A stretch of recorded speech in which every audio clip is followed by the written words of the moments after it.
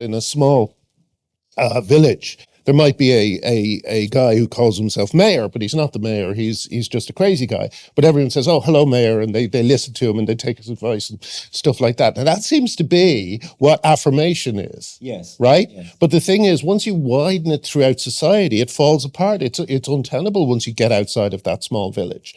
And what I think gay clubs were was a place where outsiders could come. You wanted to dress as a woman, you wanted to dress in ridiculous clothes.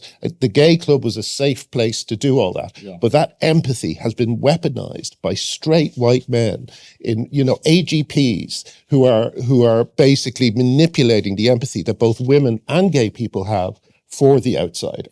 That's what I think.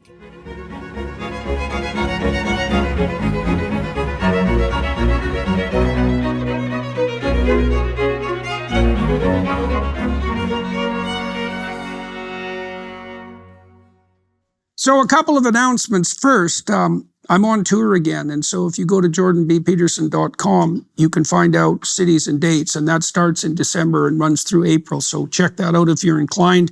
The tour deals with the issues that I raised in my new book, which came out on November 19th. It's called We Who Wrestle with God. And in that book, I take apart a sequence of Old Testament stories and explain, at least as far as I'm concerned, at least part of what they mean. And I try to do that in a way that's comprehensible and as profound as I could make it, but also very practically applicable.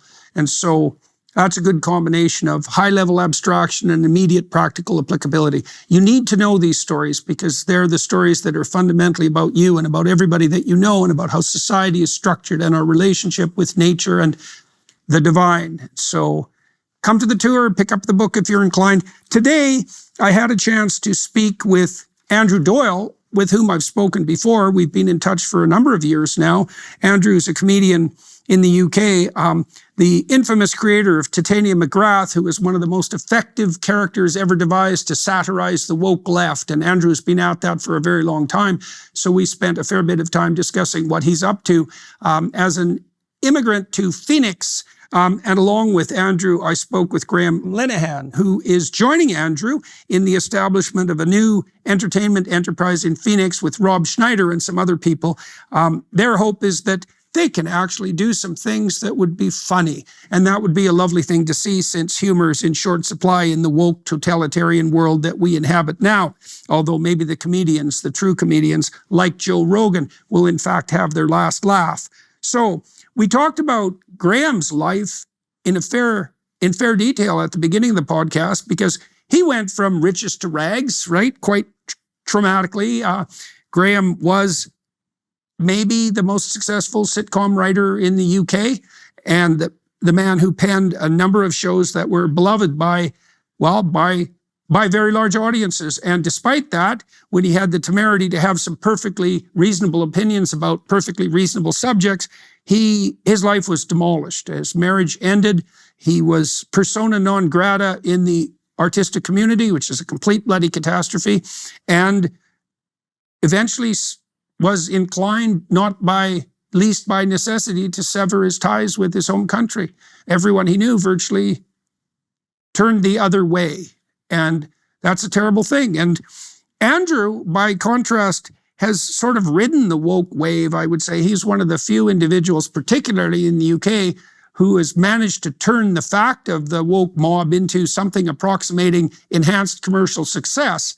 And so as Graham's ship was sinking, Andrew's star was rising.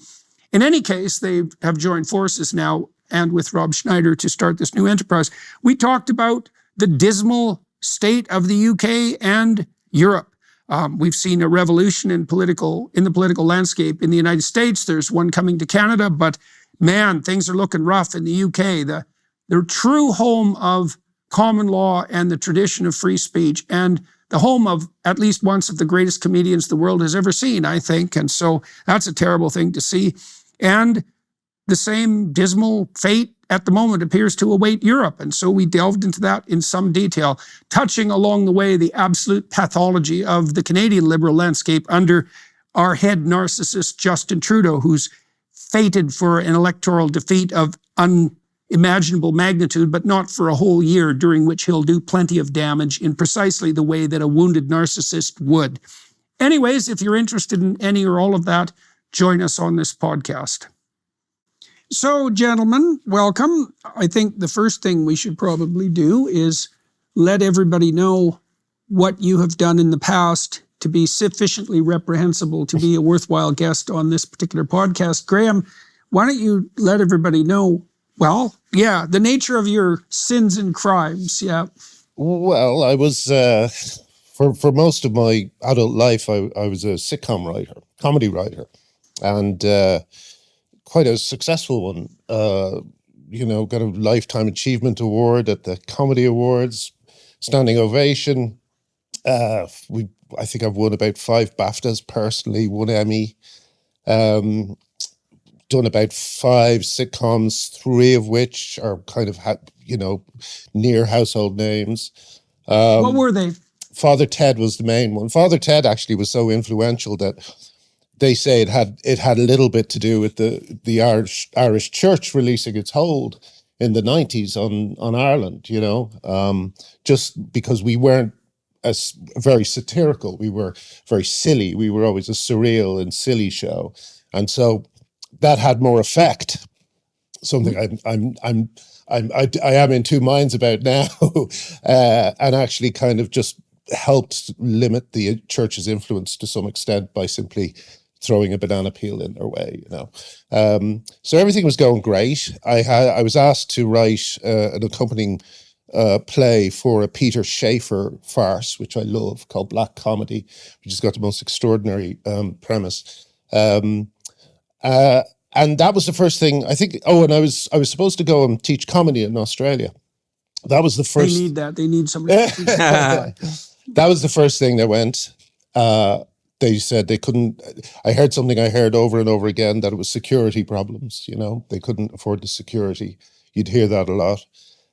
Then the security for you or for the people that you were going to offend? Well, that's the thing. That was the first time I said, "Can I speak to my accusers? Can I see if I can?" I know, yeah. I was very in the early. How old-fashioned can you get? Well, this was the very earliest days when I still felt that there were people of good faith within things like gender ideology, and if you just explained certain things, they would, like, for instance, one of the things that I started talking about, because I was paying attention to women who were being bullied offline, who were called TERFs, and I was trying to figure all this out, but I saw that women were getting death threats and rape threats for even discussing it. And one of the earliest things I saw was actually a Canadian story, that the Vancouver Rape Relief had a dead rat nailed to their door because they wouldn't accept men in their sessions, or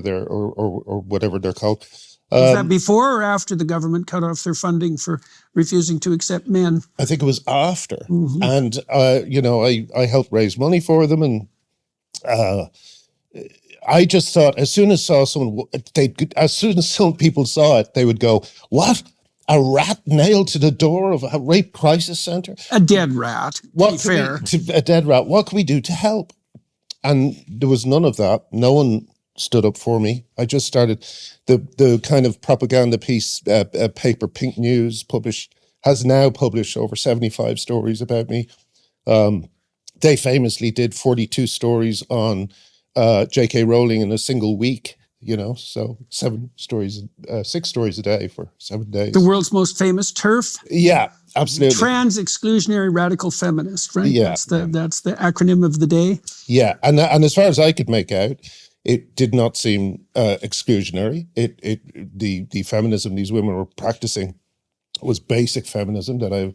You mean the kind that believes that women exist? That women exist. Oh, yeah, that kind of feminism. That they have value. That sex is important, and that men shouldn't be allowed in women's sports and all this type of thing. And I started saying, especially fetishistic men, those sorts of men. Yeah, and especially the kind of men who would want to do it. Yeah, right. Especially those kind. Yeah. Yeah. Mm-hmm. So it was almost instantaneous. I lost every job I got would just disappear within moments. Sometimes I I'm the shortest term director on any project, I think, when I was asked to direct Steve Martin's Only Murders in the Building, and then, put down the phone, and a few minutes later got an email saying, actually, someone else has stepped in.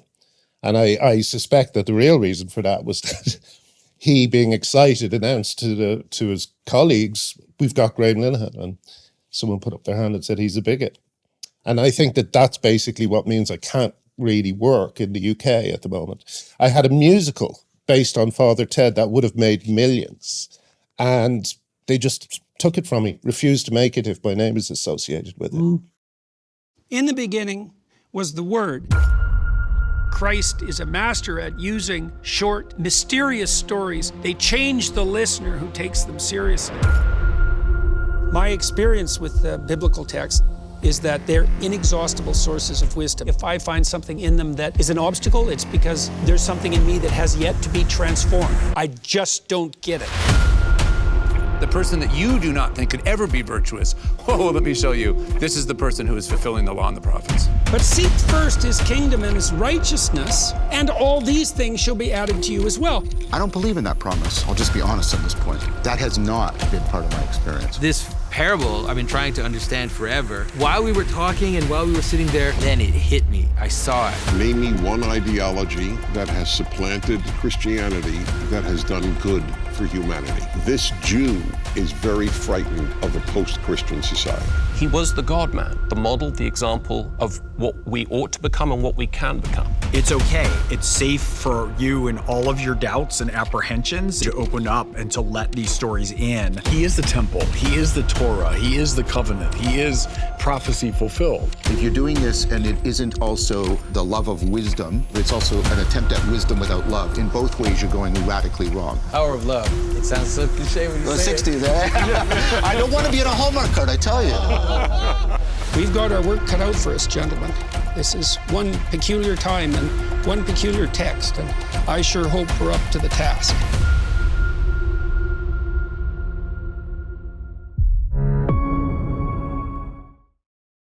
Yeah, well, I've often thought that, when people are no longer, what would you say, cynical and evil enough to be greedy, we're really, really in trouble. That's right. Definitely.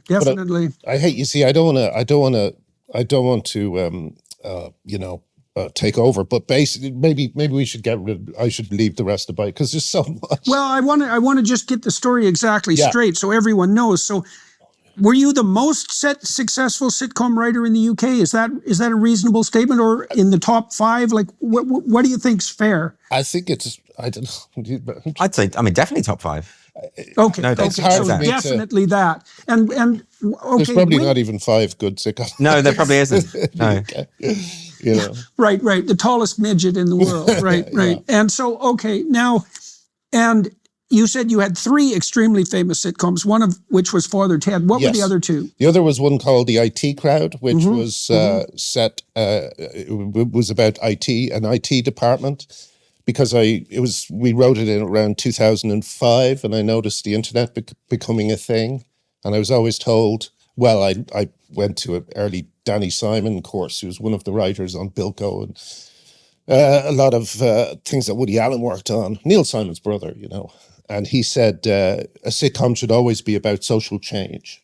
So if you see something coming around the corner, write about it. So I always had my ear like to the Jeffersons or All in the Family, right? Yeah, exactly. Kind of on the cutting edge of social inquiry. Yeah. Right, those were extremely well-timed. Yes, the one example he gave was Mary Tyler Moore. Right, yeah, another great example. Yeah, absolutely. Although he used the phrase "women's libbers," which was very funny. He's this old guy. I know. It's like 90-year-old people use that phrase. Exactly. Yeah. So I wrote the IT Crowd. Like, we have an early parody ad for Facebook. It was so unusual to us, and I still feel that about the internet, that we've still all got whiplash, and we don't definitely really know what it's done to us as a species. So Father Ted, the It Crowd, and? I'd say the one that might be well known is called Black Books. The other is a show called Motherland that was quite successful recently. That's quite a string of hits. Yeah. Okay, so now what exactly did you do that was so unforgivable, and when? I think it was about 2016 or 17. Yeah, well, that's when things really went insane. Yeah, well, also I had a bit of, Trump derangement syndrome. I don't know how you were when he won the first time, but I thought the world was going to end. I was fully taken in by the, the way he was being portrayed. In fact, what was being done to him was about to be done to me. Well, he said, "They're after you. I'm just in the way." Yeah, right. There's some real truth in that. Absolutely, 100%. It became quite a famous statement during this election cycle. Right. Yeah. It appealed to a lot of MAGA types and a lot of people who had been canceled unexpectedly by their friends and compatriots. Well, I always think of that Muhammad Ali line where he said, the Vietnamese never called me no N-word. And I feel the same way about the left. The right never called me a bigot. Right. And they called me a bigot for basic things like saying, hey, you shouldn't be cutting the breasts off little girls. You shouldn't be... Yep, there's one non-hate crime incident. Yep. We can keep piling them up. There shouldn't be men in women's prisons. It's actually against the Geneva Convention to put men in women's prisons. Yeah, but what is a man, sir? All over, yeah. There's a terrible story in Ireland. This bloke who was, he had an awful childhood. He was forced by his father to rape his mother, and he was severely disturbed. His name was Barbie Kardashian. And because Ireland sneaked in self-ID without allowing the people of Ireland to really discuss it, Barbie Kardashian, who hates women with a completely complete tunnel vision, in a manner you would not want to imagine ever, even in your darkest nightmares. Exactly. He's now sharing living space with female prisoners. Well, no psychopaths would pretend to be women just to get access to women. I know they're not that sort of people, I used to say about the Catholic Church, at least priests had to learn Latin. These guys, all they have to do is put on some eyeshadow, and every door is open to them. Or complain about the fact that the bigots are using eyeshadow as a marker of gender, and that's not fair. Right. Yeah. Well, the rules change all the time. And that's something I didn't realize as well, is that the rules were very fluid. And there were just like identity. Yeah. Yeah. But it's like they try and pretend that identity is fluid by making the conversation fluid and hard to understand. I mean, part of me is very angry for the fact that no one stood up for me, But another part kind of understands, because the language around this issue is so deliberately confusing. They did and the cost of standing up is high. Of course, the cost of not standing up is higher, but it is understandable why you can understand why people choose to remain silent. That doesn't excuse it, but you can understand it. Well, there's an interesting, I can't remember who did the, people are wondering, who the hell is this guy on Graham's left? Hello. No, it's... I know, I feel terrible that I'm talking so much. But this guy, I can't remember who said it, but he said that during the Nazi years, there's a kind of widespread assumption that everyone was afraid of being terrified of being tortured by a guy with a dueling scar on his face. And he says, no, the reason that ordinary Germans went along with it for the most part was because of career advancement. They did not want their careers to be you can understand, ever since COVID, ever since all this cancellation, you can understand exactly what happened in Germany. And I think they actually had far more excuse, because it was a lot easier to make sure people didn't know what the hell was going on when everyone wasn't connected to everything all the time. Plus, I would also say that the crimes that the Nazis were undertaking were of sufficient magnitude so that it's not surprising that people didn't believe they were happening. I mean, what's his name? Michael Schellenberger, when he broke the W-Path files, he told me that he had listened to the conversation I had with Abigail Schreier, which was a very early conversation on the child mutilation and sterilization front. And he said that his response, and he's liberal in his orientation fundamentally, was that there was no way that could be happening. And then, 2 years later, he investigated it in great detail and came to the conclusion that, in fact, it was happening. It was led by a pack of the most reprehensible people you could possibly imagine. But insane. It's not worse than insane, truly malevolent and fetishistic and demented in the way that we've been describing W-Path people, and unforgivable. So So you were standing up for like normal reality, and that was that, and it happened very quickly. Yeah. Okay, so let's turn to Andrew for a moment. We'll get back to you right away. So Andrew, I think people probably on this podcast are a little bit more familiar with you in all likelihood than they are with Graham, not least because of your famous character. Now, of course, your name is going to escape me. It's Titania McGrath. Titania, yes, of course. And you wrote a book as her, which was very comical, and you had and still have. How active is Titania on X now? Less active than she used to be, but I was very active as her for a long time. I wrote 2 books as her. We did a live show where I had an actress play her. We got to do a West End show in London. We only got to do 1 because we were booked for a week, but the person who runs the theatre found out and scotched that. So we ended up with a deal, so we only did 1. That's funny. It's very funny that Titania McGrath got cancelled. Well, there's that, exactly. Yes, she probably wanted to cancel herself. Yes. But I'm in a different position from Graham because I was never feted or successful in the way that he was, so I wasn't cancelled in a sense. All it means is that, I was satirising this movement, and that kind of meant that I was put in the bad pen. Right. So you were an early part of the movement to monetize the social justice warriors. Exactly. It was as cynical as that. Absolutely to do that. So explain. Let's go back to the time of Titania McGrath. Explain what you were doing, and then also tell everybody all the other things that you've been involved in. I suppose, like a lot of people within the comedy industry, because my background is stand-up comedy and playwriting and writing musicals and that kind of thing.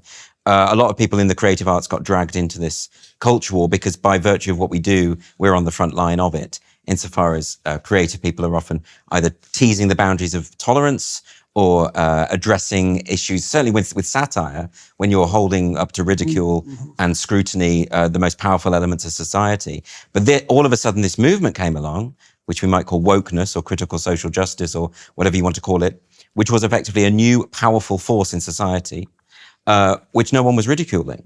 It was as though for all of us, this one closed system of thought had somehow successfully portrayed itself as the underdog and therefore became ring-fenced from satirical attention, which is an interesting, unprecedented thing. Normally we know the church, the state, the government, whatever, we know who the powerful people are and we know where the satirist's target will be. But this was a group that said, if you mock us, you're actually punching down. You're a bully. Yeah. You're a bully, even though, of course, their whole movement was legitimizing bullying. And because of the whole thing was played... Well, it's also a movement that was based on the belief that virtually every form of interaction can be construed as a kind of bullying, given that there's no human motivation fundamentally other than that of power. Yes, exactly. So it's this power-obsessed, identity-obsessed movement that plays with language, plays elaborate word games so that they can... Very effectively, too. Hugely effectively, so they can be the bullies and say that any criticism is bullying. They can be regressive and call themselves progressive. They can be illiberal and call themselves liberal. They can twist everything linguistically around. They can be men, call themselves men and women. Everything is up for grabs in that. Yeah, but that I think is the real danger, especially if you're a writer, that if you can change the meaning of fundamental word combination like men and women, then everything falls apart. That's exactly right. I think, I've looked into this quite deeply at a psychological level, and I think you can make a strong biological case at the level of perception that there is no distinction more fundamental than the distinction between male and female. It's more fundamental than up and down. It's more fundamental than black and white or night and day. And if you can get people to swallow the equivalence of that fundamental pair of opposites, there is absolutely no lie whatsoever that they'll resist. And in a sense, that would be fine if it was confined to the sort of the flesh pots of academia. If it were just the old postmodern theorists or a gay club. Oh, well, fine, yeah. Do you know what I mean? Or there's certain things that have been weaponized, and one of them is the empathy that gay people feel for outsiders. They've always been very protective of them, and they've well, that's not quite my point. My point is that if it was just at the level of theorizing, which it was at some point until the late 80s, and then all of a sudden it became applied into society. But that's what I mean is, what I'm saying. The government now pursues policies based on this inversion of what man and woman means, what truth and fiction is. It wouldn't matter if it was just theorists and activists. Yeah, that's absolutely. my point. Yeah. But no, but it's what the I'm compulsion too that's the problem, right? The fact that this is why I objected to Bill C-16 back in about 2016. Yes, it's like your original sin. I can say whatever I want fundamentally, but the government doesn't get to compel it. And I don't care if the reason is hypothetically empathy and compassion. It's like, first of all, I doubt that. And second, it doesn't matter. Well, to Graham's point, there was a couple of weeks ago, the government spokesperson for equalities in the House of Lords, who's Baroness Jackie Smith, was asked explicitly, what is gender identity? What is the government's working definition of gender identity? Given that so many public health policies are being implemented on the basis of this concept, what is your definition? And she's turned it around and said, that's a gotcha. She said, you should take this seriously. In other words, not answering the question, fudging the answer, and turning it around and blaming the person for asking in the first place. Yeah. And we have this similarly just today in the House of Commons. We have a member of the House standing up, calling for blasphemy law, calling for the desecration of the Quran to be illegal. We've had cross-party discussions in the UK on the definition of Islamophobia, and it was agreed by both parties that Islamophobia is a type of racism based on Muslimness or perceived Muslimness, whatever that means. But it's not racism because Islam is not a race. It is a very ethnically diverse belief system. So when you have governments, and I know it's very bad in Canada, but when you have governments actually proceeding on this slippery linguistic terrain where even they don't understand the terms that they are deploying, then that means that those activists that I'm talking about have won. They've won out. And they are the most powerful, which is why we've been satirizing them. That's why we've been mocking them, because they're in charge. We have a YouTube channel where we talk about the gender issue, and one of the important things we felt was you got to show people it's safe to laugh at this stuff, because because it is ridiculous. One of the things I got into trouble for was Eddie Izzard said that he would have been a victim of the Holocaust. And I said, yes, the Nazis famously bigoted against straight white men with blonde hair. That got me called a Holocaust denier by trans rights activists. And didn't J.K. Rowling or other people supported that point of view, and they got called Holocaust deniers as well? Rowling is now a Holocaust denier because Well, what can you expect from a TERF?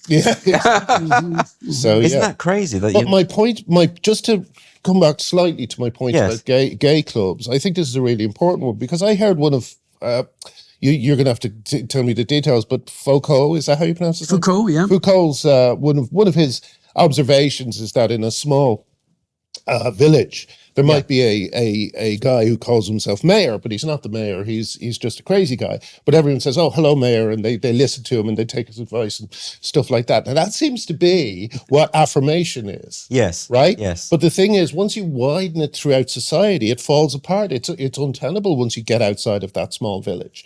And what I think gay clubs were was a place where outsiders could come. You wanted to dress as a woman. You wanted to dress in ridiculous clothes. The gay club was a safe place to do all that. Yeah. But that empathy has been weaponized by straight white men in, AGPs who are basically manipulating the empathy that both women and gay people have for the outsider.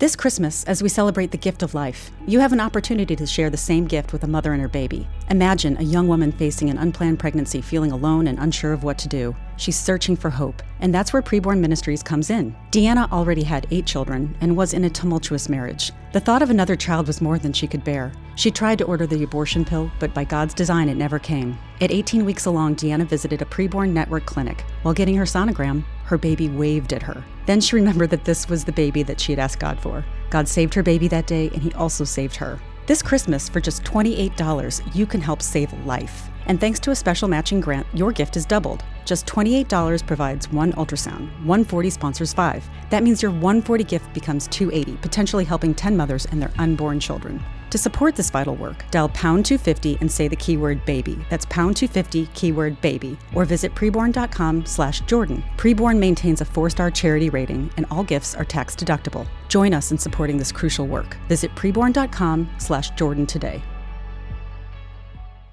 There's a problem there fundamentally that's akin to the problem of the center and the margin.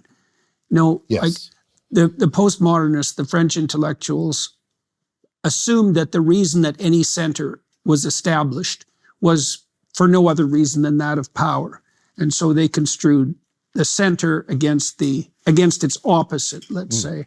That's like a dialectic of thesis and antithesis. But there's a problem with that conceptually, because the center is always a unity, and any unity is surrounded by a margin, right? Now, and there's an uneasy balance between the center and the margin, because all centers have a margin, and the margin is where all the experimentation takes place that's necessary for the center to propagate itself across time, because it has to change somewhat as it moves.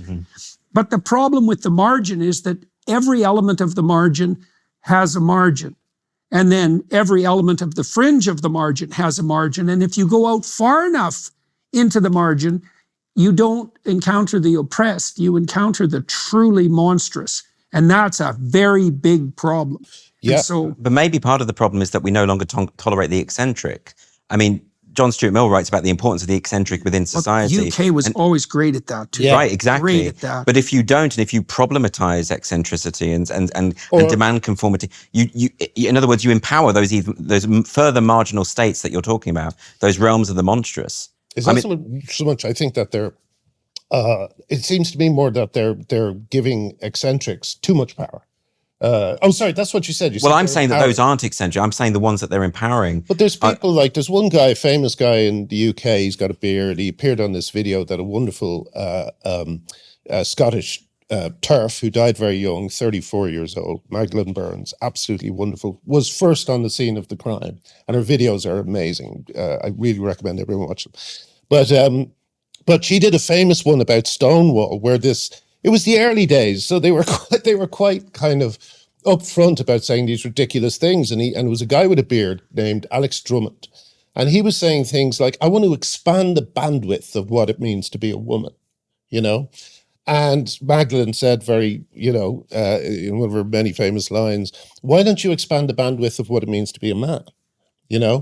And there's people like him in any normal world. Someone like that would just be an eccentric whose friends tolerated him, and it's just Alex being Alex. But now he's like the figurehead for a movement. Well, bearded woman. That also might bearded man woman. That also might be a consequence, to some degree, an unintended consequence of the technology that unites us, the internet. Because before, if you were an eccentric, by definition, there was one of you. But now online, you can find the other 1,000 sprinkled throughout the world, and you're no longer an eccentric, you're a movement. Yes. Right. And so, and we have no idea what it means, what that possibility of, what would you say, aggregation of the truly, not even the eccentric, but the monstrous. We have no idea what that aggregation means. I suppose what I mean, though, is that if we don't cherish the eccentricity, we don't have the arts. Well, we don't have creativity. Absolutely. And so we've been demanding conformity from artists, from the most free-thinking types. And I don't think it's a coincidence that at the same time in our history, we've empowered these extremists. Well, maybe one of the ways that you can tell when empathy for the marginal has exceeded its boundaries is when the marginalized who are being empathized with start to restrict eccentricity. Yeah, right? When the now included marginalized become intolerant, the empathetic endeavor has gone too far. Because they've become the powerful. Yes, exactly. It's what Graham because said. They're now making the rules. Well, Graham said to me once, you said to me once about the jester now sitting in the king's throne. Right, right. And I think that's sort of what's happening. It's a complete inversion, So we don't have, this is why Graham and I are now in America, because we're going to work in America rather than, we don't think the creative arts in the UK are really Russell fostering. Brand has departed for places unknown too, into the United States for exactly the same reason. Well, exactly. But we've, hopefully not exactly. No. We've ended up in this situation, I suppose I should clarify, because Rob Schneider is setting up a new company with myself and another producer I've worked with a lot called Martin Gourlay. And we've brought Graham in as well, because Graham's in a similar situation. We're all over in Arizona. We never expected to be here. We're working on various projects now. And I genuinely don't think it's an exaggeration. It sounds histrionic, but I don't think we could have the kind of artistic freedom in the UK now. I haven't written in 5 years. I haven't written comedy in 5 years.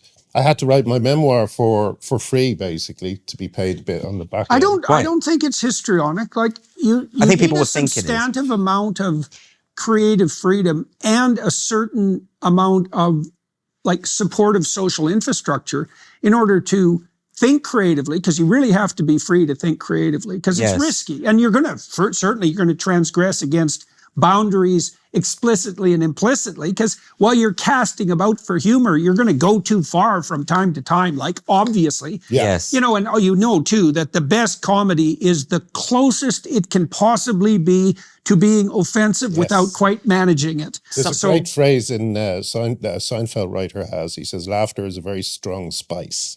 So if you can make someone laugh at something, then they probably will forget to be offended. Have you noticed though, Graham, that the shift within the comedians, well, you've noticed more than most, but within comedians themselves, I mean, I remember years ago, maybe even 10 years ago, there was a one club in London that had a document, a contract you had to sign, which sent out a list of the topics you couldn't discuss. And that was widely ridiculed within the comedic community. No one thought this was a good thing. And now there's a club in London. Now it's kind of standard.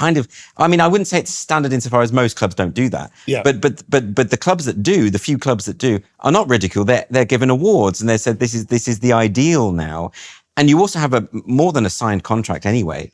You have comedians kind of policing each other in a more surreptitious way. There's only one kind of comedian that thrives in that kind of environment, and that's a mediocre comedian. You know, exactly. I call them regime comedians. That's a great phrase. Well, they're also thrilled about the regime because it's the only... See, one of the things I've noticed about woke books, especially the ones for children, is the illustrations they're absolutely hideous. Yes. They're talentless, dull, and like... They're monstrous in their incompetence. They're so bad. Well, the only possible reason you got to illustrate that book and have it published is because it has the right political message. Because no one in the right mind would look at a drawing that you made for more than 2 seconds without turning aside. And so you see the same thing is that this is certainly one of the things that I saw in universities, and it was awful, is that ideological purity was the best possible camouflage for appalling mediocrity. It's like, well, I can't do what I'm supposed to do, but I can certainly toe the bloody party line. And if you need an enforcer, well, here I am, partly because I have nothing better to do, or nothing that I would like to do more, which is even worse. But what's great about all of this is none of this really ever caught on with the audiences. Insofar as I think generally, even though when you go to the Edinburgh Fringe Festival now, most of the shows you go and see will be lectures dressed up as comedy shows, sermons in disguise. I was supposed to do a gig and they closed every venue that I tried to do. Yes, I remember that when I was, It was just unbelievable. Right. I mean, like, you know, you can see here, I'm not like, you're not evil. I'm not rude or anything. I try and put myself across carefully. Wait until the beast will be unleashed later. No, that's what I'm hoping. But like basically this picture has been built of me. The way I describe it is that I'm the victim of village gossip on a global scale. Yeah, definitely. You know, like my Wikipedia page. The thing it puts at the front is that I once compared gender surgeries to Nazi experiments on children. But it's like that's not so much a comparison as an identity, I would say. I'm serious. Like, I've looked into medical atrocities a lot and into the psychological motivations of the people that commit them. And I don't think the only things that I've read, and I truly believe this is the case, the only things I've read on the medical side that are worse than what the trans surgical butchers are doing right now are the experiments conducted on the Chinese by Unit 731 in Japan. And that is like for everyone watching and listening, do not go and read about Unit 731. You will seriously regret it. And that is the only trigger warning I've ever offered publicly or to my students. And I mean it, so beware.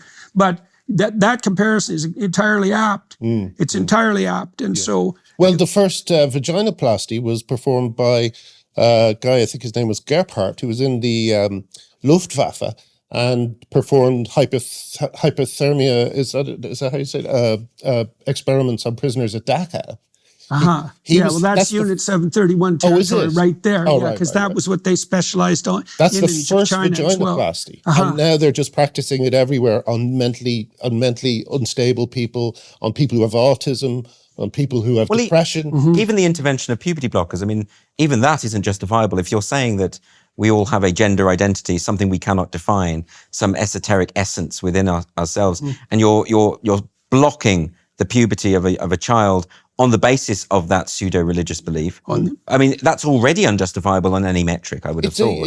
I was assuming you accept the principle of non-contradiction, and we're way past that. It's like, gender is entirely fluid and it's divorced from sex, except in the case of children who are confused about their gender, who have to be surgically transformed into the opposite sex. Yes. Like, I see. So I'm supposed to accept all of that, including the logical impossibility, to say nothing of the absolute bloody barbarism that's part of the surgery. Yeah. I mean, those surgeries, it's no wonder Schellenberger wouldn't believe it, because you don't want to know anything about those surgeries. Once you clamber into the dismal realm of their actual reality and the side effects, and oh my God, and the absolute foolish and preposterous notion that surgeons are capable of creating something as complex as a vagina or a penis. The bloody things barely work when you have one that's actually real. So, well, seriously, man, it's like, we're going to make one. It's like, no, I don't think so. Yeah. Well, you know, in a lot of the photographs you see of the young girls who've had double mastectomies, we always see lots of tiny little scars along their arm. Yeah, right, You know, right. and you know the way they farm the skin from the arm to make the false penis. Yeah. I once saw one of them, those false penises, and they had those little tiny self-harming scars all over them. Yeah, so that's about right. This young woman was having a fake penis that would never work, that they put in through the side. I think they have to come in from above to create the hole that the fake penis goes into. Jesus. You know, there's a young girl. That's the stuff of body horror. That's it is. It's like one of the other things I got in trouble for early on, and I said, this is a Cronenberg movie. Yeah, right. This is medical horror and body horror. Yeah, definitely. You know, and all these kids are not being told any of the consequences of puberty blockers. I talked to Chloe. I don't remember Chloe's last name at the moment, but she was one of the Cole. Yes, one of the very early desisters. Let's say, a very nice girl and very straightforward. And the interview I did with her evolved into essentially a clinical interview, because I was interested in what she had been told prior to embarking on puberty blockers and hormonal transformation, and then ultimately at a very young age surgery. And I asked her, so it's well known in the psychological community by anyone with even a modicum of training that negative emotion increases in women when they hit puberty. So if you measure levels of negative emotion, which include bodily self-consciousness, by the way, in boys and girls, they're pretty much the same. But once they hit puberty, women are more sensitive to negative emotion than men, and they stay that way for the rest of their life. And so there's various theories about that. One is sexual risk. One is the difference in body size that emerges between men and women at puberty, because boys and girls are about the same in strength, but juvenile adolescents obviously aren't. Certainly men and women aren't. And of course, sex is way more dangerous for women, obviously. And maybe the world as such is. Plus, they have to take care of infants. So they're more sensitive to negative emotion. And in women, more than in men, negative emotion tends to take the form of bodily shame and self-awareness. And there's all sorts of reasons for that as well. Maybe one of them being that women are judged more harshly on their looks than men are. And it's a big difference. Anyways, this is well established, and no one who's trained is unaware of it. Women have more anxiety disorders, more depression worldwide. These are cross-culturally stable findings. Everyone knows this. And it's known that it emerges at puberty.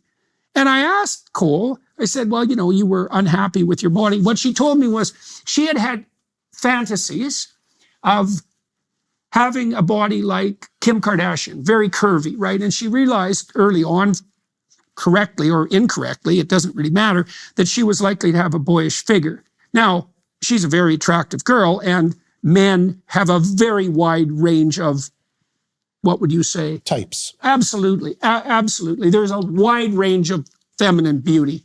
So there was no reason for her to be concerned on that front any more than any other girl might be. And I asked her if anyone had ever told her that an increase in negative emotion was common in puberty for girls, or that it often took the form of body dysmorphia, because that's extremely common in women, might even be the norm in pubertal women. It's extremely common. And those are the first things she should have been told.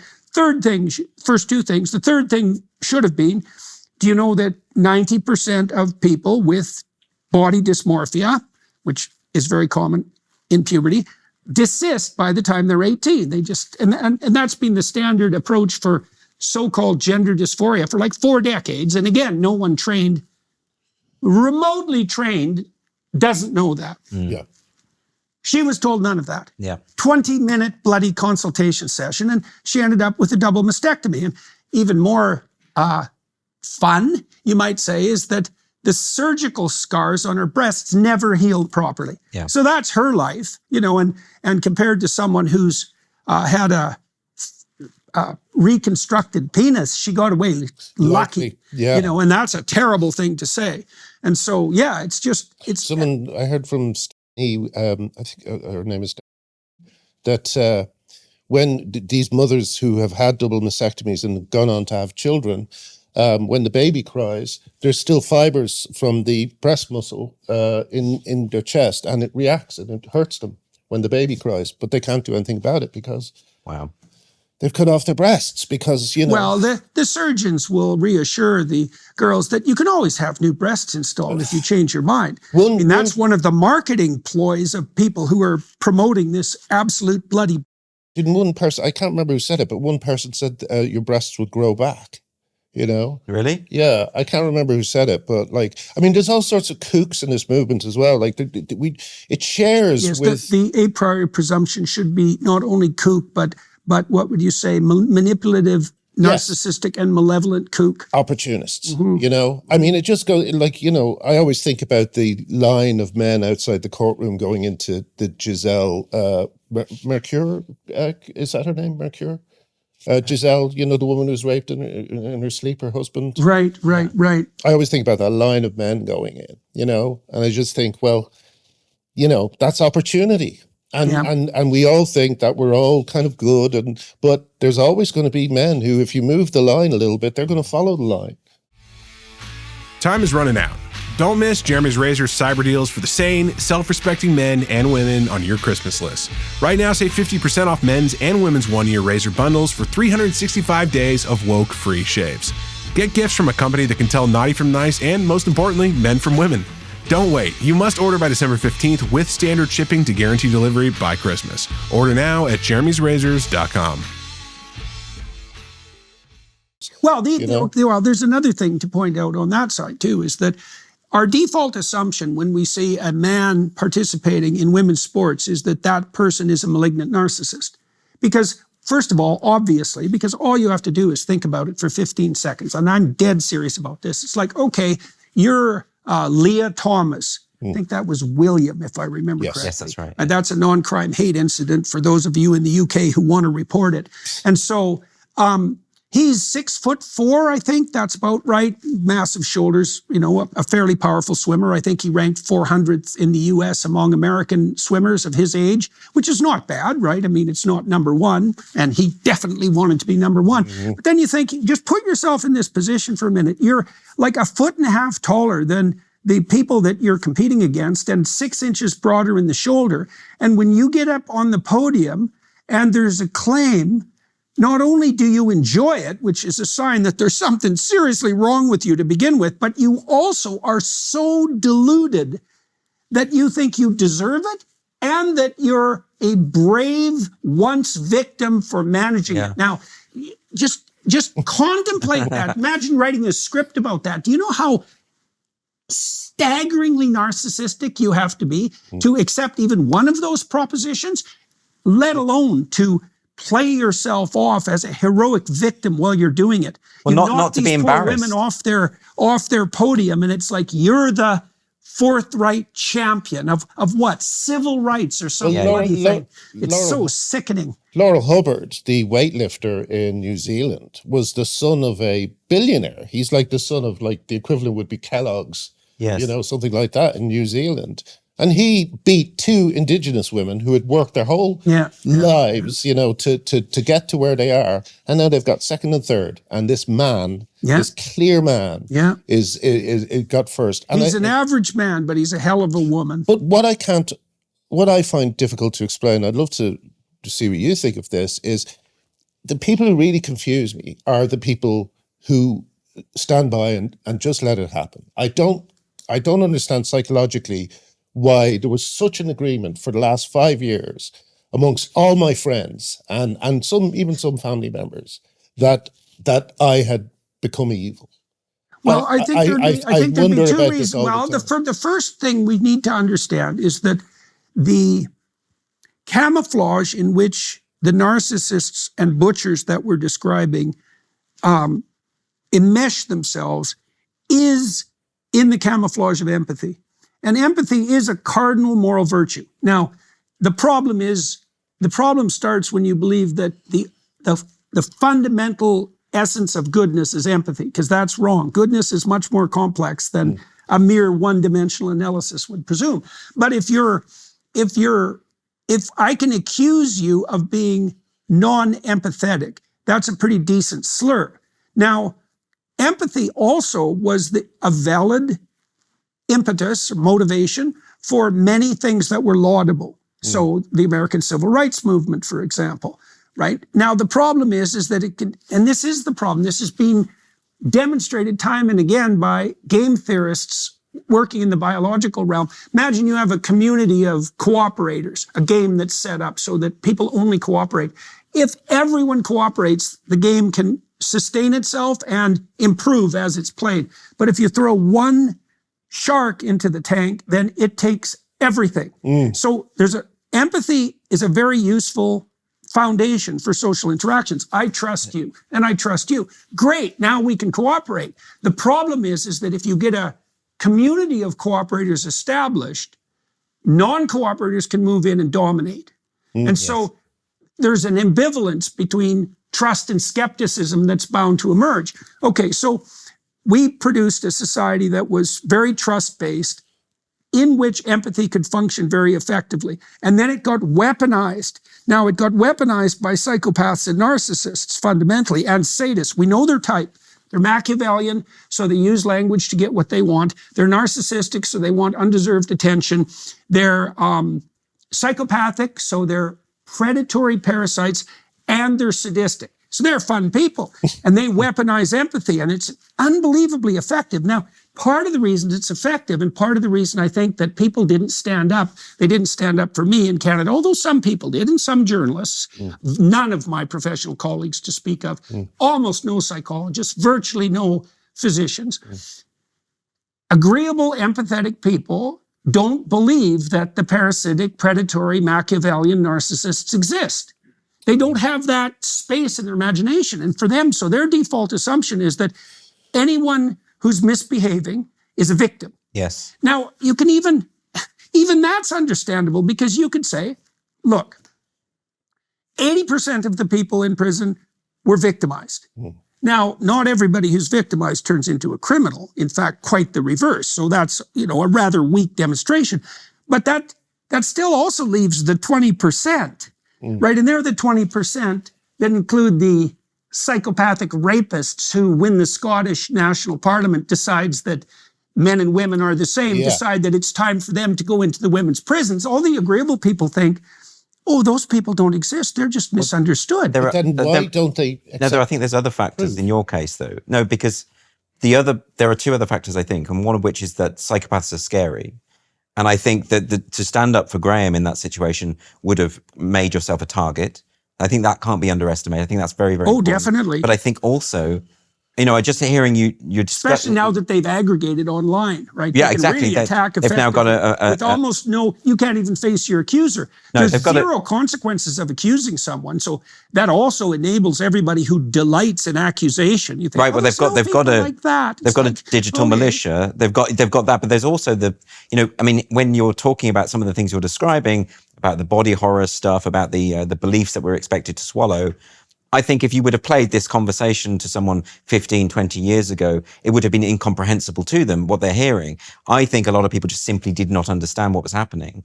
I think it's incomprehensible to most people did not comprehend now. Exactly. Yeah. So how can you stand up how can you expend that energy to understand the incomprehensible in order to defend you? I think a lot of it is simply that no smoke without fire. That so many people are saying Graham Linehan is a bigot. That's readily comprehensible in one sentence. I can understand that, but I cannot understand this whole other thing. Well, it's also cost-free.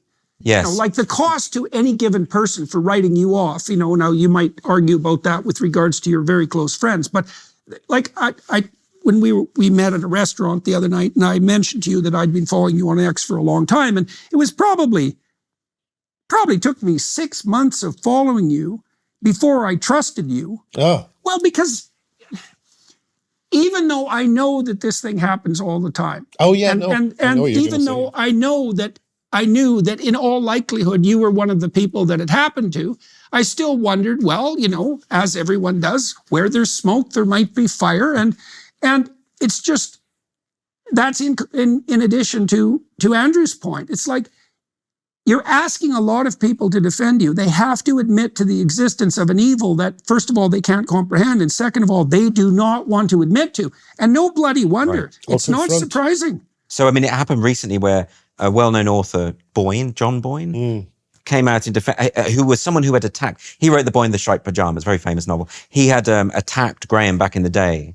And I saw this, it was an incredible post. He wrote an apology online and said he now understands it. He's now looked into it. He says, I was wrong, you were right, I'm sorry. He said that to you. Yeah. It's quite a brave thing for him to do. By doing that, he's also put himself in the firing line to a degree. But of course, every time someone does that, and every time they are piled on and destroyed and demonized and monstered, it sends a message out to everyone else. You don't want to be that person. Yes. It takes a certain kind of strength. Well, it's also the case, too, that a lot of this is now instantiated in law. Yes. So, for example, in Canada, if you're a physician or a psychologist, and you object to gender-affirming care, which is one of those phrases that's so pathological that it's truly a miracle of deception, then the probability that you'll be reported by an activist somewhere and that you'll face at minimum like years of legal entanglement at your expense with a high probability of losing your professional status and your license. Like the probability of that is virtually 100%. Is it worth exploring? I mean, the weaponization of the law in the UK. Yeah. You've mentioned non-crime hate incidents. Yeah. Would it be worth me explaining what that is, and because that's the key weapon that activists have? Well, we do want to delve into that because one of the things we also want to explore is why you guys decided to move to the United States. Yes.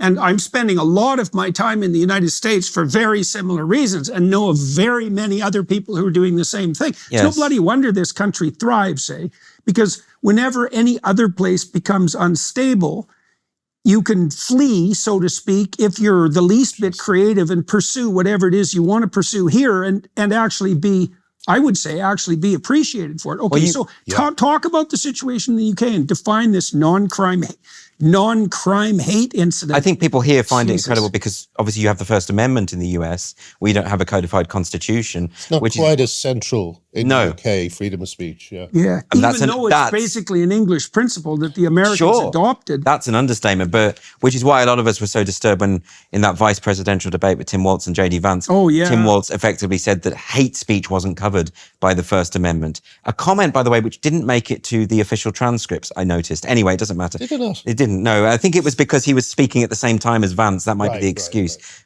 Chilling thing to say, though. Yeah.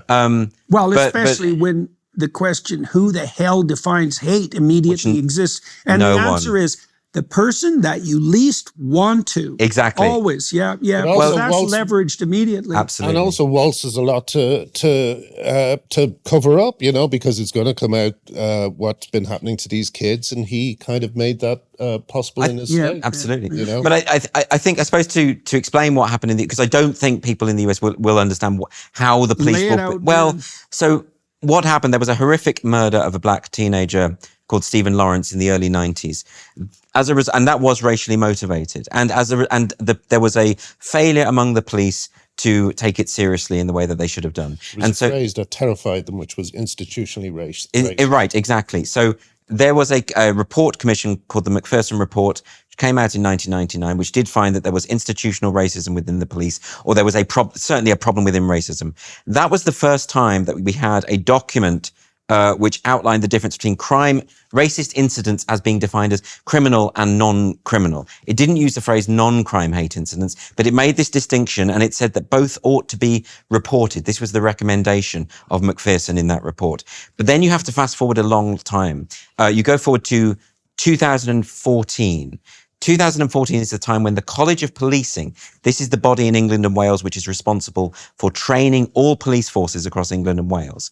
and they are a kind of quango. They are an administrative body that effectively the government has outsourced the responsibility to train police in the law in this country. They invented this idea of non-crime hate incidents with one eye on the Macpherson report. So that's the origin of it. And they decided that if anyone perceived that a non-crime had been committed, something offensive, something that hurt them, if they perceived that it had been motivated by a prejudice or hatred against one of the protected characteristics, race, which gender, keeps sex. Expanding. In Canada, it includes gender expression, which is fashion. In UK law, it includes gender reassignment, but it's interesting that the College of Policing changed that to trans identity. So they made it up as they went along. So you had now a system implemented in UK law, implemented among the UK police, where the police were told, if anyone contacts you and says, I've been offended and I perceive it was to do with this, you record it as a non-crime hate incident against someone's name. It's on file. You don't notify the person who's being recorded as such. It doesn't come up in a superficial search, but it can come up in a deep search, I believe. There's a thing called a disclosure and barring service check, where if you apply for a job which is sensitive in some way, say you want to be a teacher or a carer, you have a DBS check, it will come up there. And if it is flagged there, so that's a social credit system. You won't get the job. Yeah, it's like there's no headmaster or headmistress in the world who's going to see something flag and then employ you. Zero. You're done. So you have a situation now where members of the public with a grudge can weaponize this against anyone they like for whatever reason. Systems of activists with grudges. And the CPS, the Crown Prosecution Service, and the College of Policing have explicitly said that no evidence is required for hate to be recorded. There doesn't need to be evidence of hate. It's just solely about the perception of this. Now, this all came to a head recently because How could that go wrong? Oh, well, sure. By the way, I should note that this isn't just about Macpherson. The chief executive of the College of Policing at the time that non-crime hate incidents were implemented in 2014 was a man called Alex Marshall, I think. He'd won the previous year Stonewall's top award in the country. He became an LGBT envoy. So in other words, he's an activist. You have high-ranking activists within the police, within the College of Policing, who are effectively dragging the police force along in their wake, often reluctantly.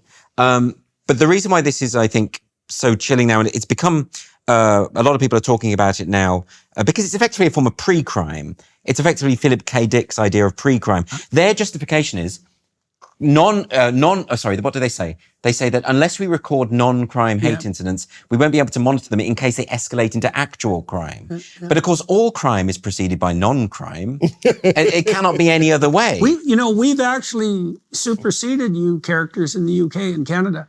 I know about this, Bill yes. C-63. Yes. So I got to tell you about this bill. It's in second reading in the House, and I think the bloody Liberals will pass it before Trudeau gets turfed. Right. And so, not the TERF turf, but the other kind. Okay, so this is sandwiched in the layers of a bill that purports to protect children from online sexual abuse. Okay, so, and who could object to that, obviously, even though the bill does almost nothing to actually make that, to decrease the probability of that. I've read this like 5 times because I can't believe it's actually true. I keep thinking, I can't say this because it can't be true. But here's what I understand. I can take you in front of a provincial magistrate. And if I can convince that magistrate that you might commit a hate crime in the next year, so a non-crime hate incident. But you might, not even that you have. You might. I might. That I'm afraid that you might. Yes. If I can show that my fear is justified, whatever the hell that means, then you can have an electronic bracelet affixed to your ankle for a year. You can be confined to your house. Your communication with the outside world, including social media, can be restricted to virtually nothing.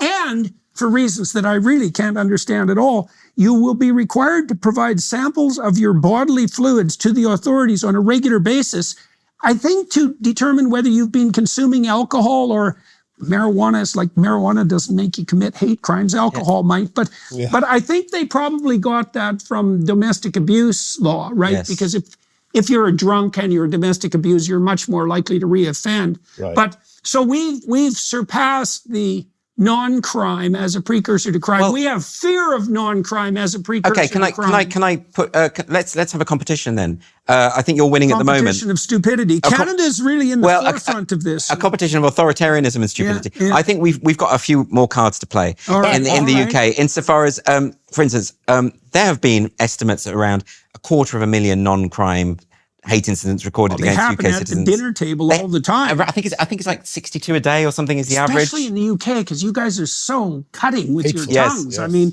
it's like a national sport. Exactly. But worse than that is that the College of Policing has been instructed twice by the Home Office to stop doing this. 2 Home Secretaries in succession, Priti Patel and Suala Braverman, said to them, you can't do this anymore, issued new guidelines. Not only did they ignore the guidelines, but incidents of non-crime recording has gone up since the government has said you can't do this.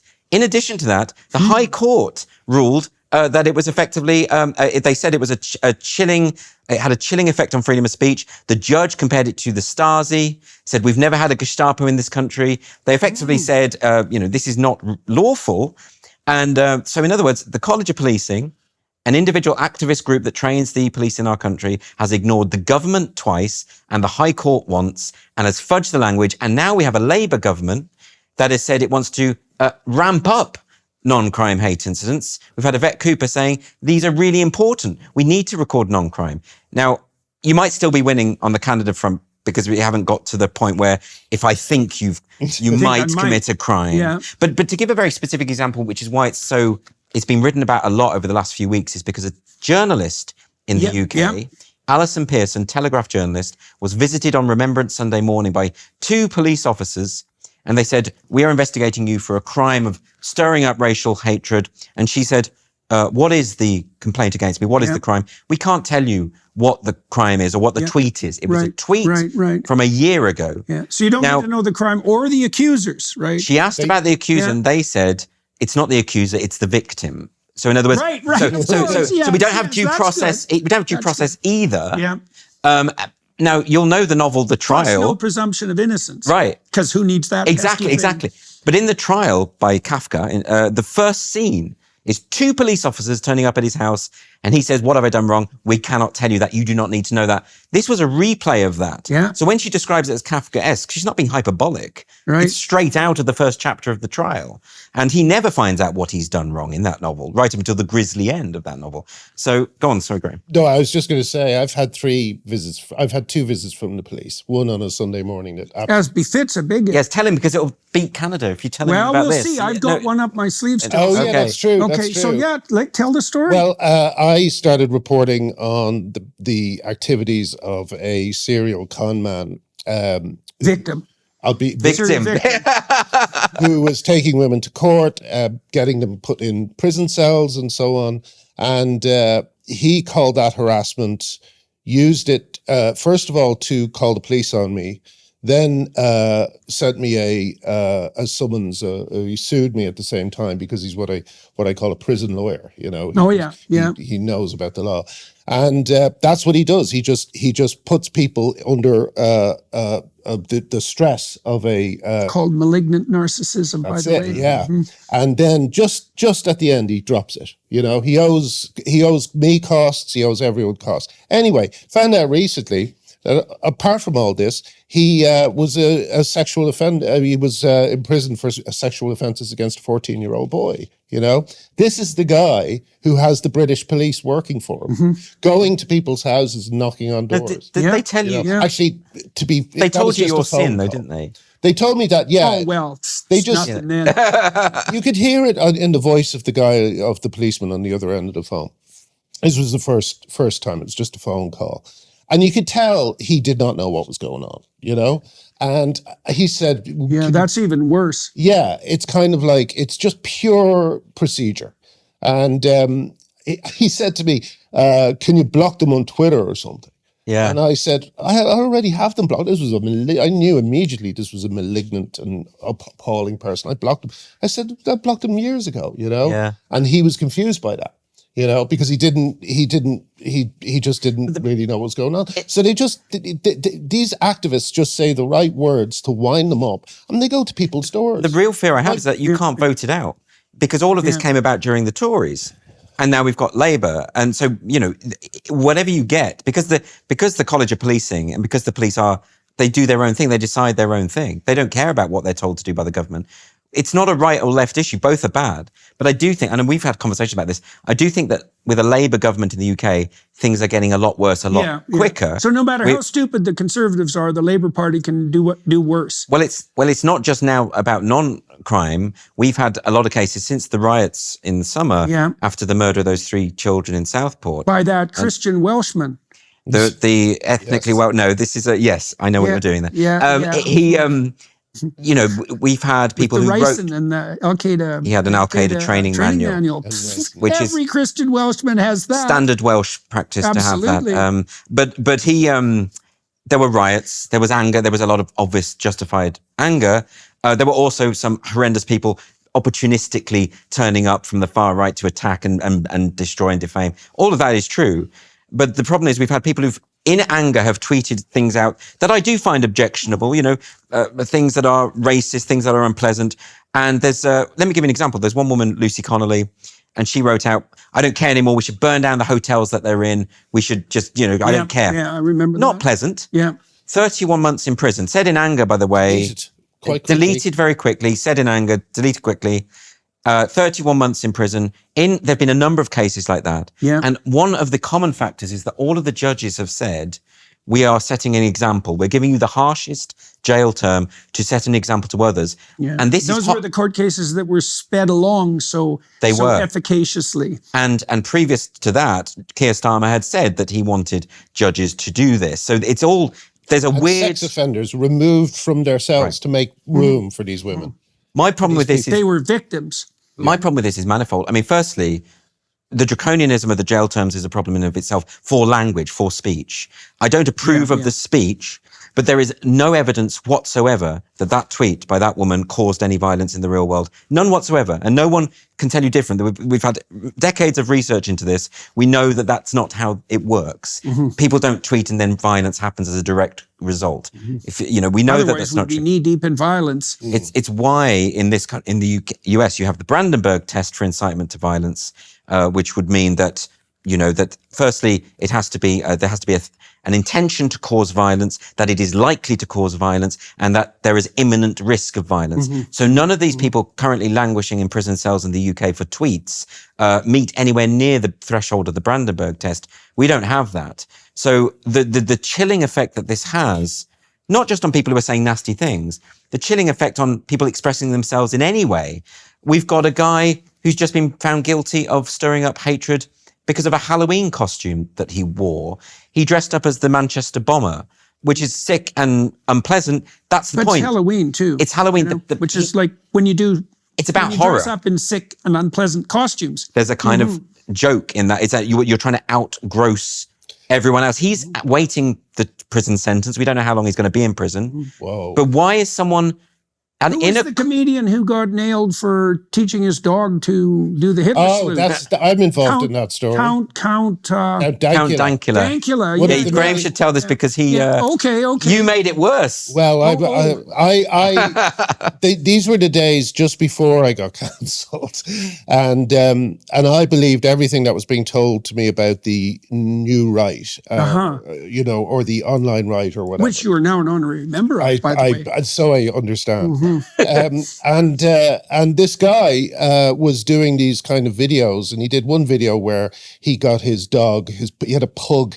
And it was his girlfriend's dog. It was his girlfriend's dog. He didn't like it, and he shouldn't have, because it was a pug. Yes. And so, it's a lovely dog, I've met it. So he secretly taught it to do a Hitler salute. And I, rather than seeing this as quite a funny gag to play on your girlfriend, saw it as hidden messages, anti-Semitism, all this sort of stuff. He really was just messing about and having a joke. And well, it's so not I had like to a apologize. pug is a testament to Hitler. Yeah. Seriously. Well, actually, didn't you... But I had to do one of my many apologies. I don't want to drop you in. I don't want to drop you in it, but call it my apology tour. Didn't you try and stop his crowdfunder from getting... I did.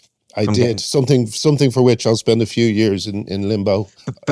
Even better, by the way, for this conversation, I at the time wrote a satirical piece. I was writing this character called Jonathan Pye.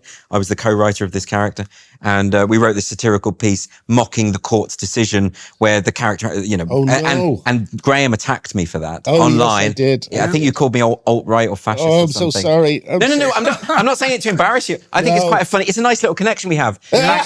Back in the day before we were friends, I was a fascist. But I did that. No, it's important to highlight these sorts of things, though, because you want to see where you're. Just like I said, it took me like 6 months to trust you on X. You want to see. It's not like only those people are susceptible to this like mass hysteria.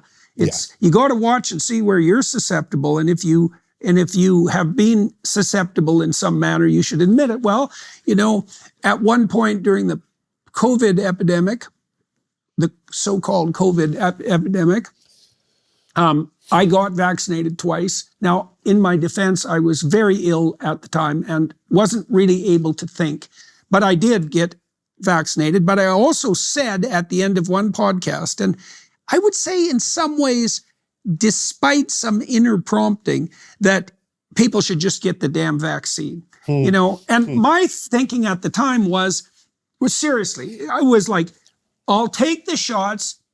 Here's the deal. I'll take the shots. You leave me the hell alone. Sure. And then I found out instantly that the deal was you take the shots and then you take 6 more and forget about being left alone. And that was the end of that as far as I was concerned. But still, I made a mistake. I made a mistake. And I would say it was very difficult for me at that point to believe that the pharmaceutical companies had become so corrupt that you couldn't trust their vaccine policy. Yeah. It was easier to think that it was the more conspiratorially minded, alt-right types that were pushing this doctrine. And saying something cures that cognitive dissonance, even briefly. Yeah. You get to turn it off just for a few seconds and think, oh, at least I made a decision. Yeah. Don't you find right. There's that too. All of this is suggestive of this idea that there is a real problem we have at the moment where there's an expectation of moral purity from all sides. I've seen a similar thing there, like where people either, didn't understand what was going on during the pandemic and maybe supported lockdowns or etc. And they get piled on and attacked by these very sort of almost like an equivalent of the woke on the sort of lockdown skeptic side as well. I don't think any particular group is immune to this idea, this kind of expectation. Everyone must think the same way as me on every single point. It's part of group identity, really. Right.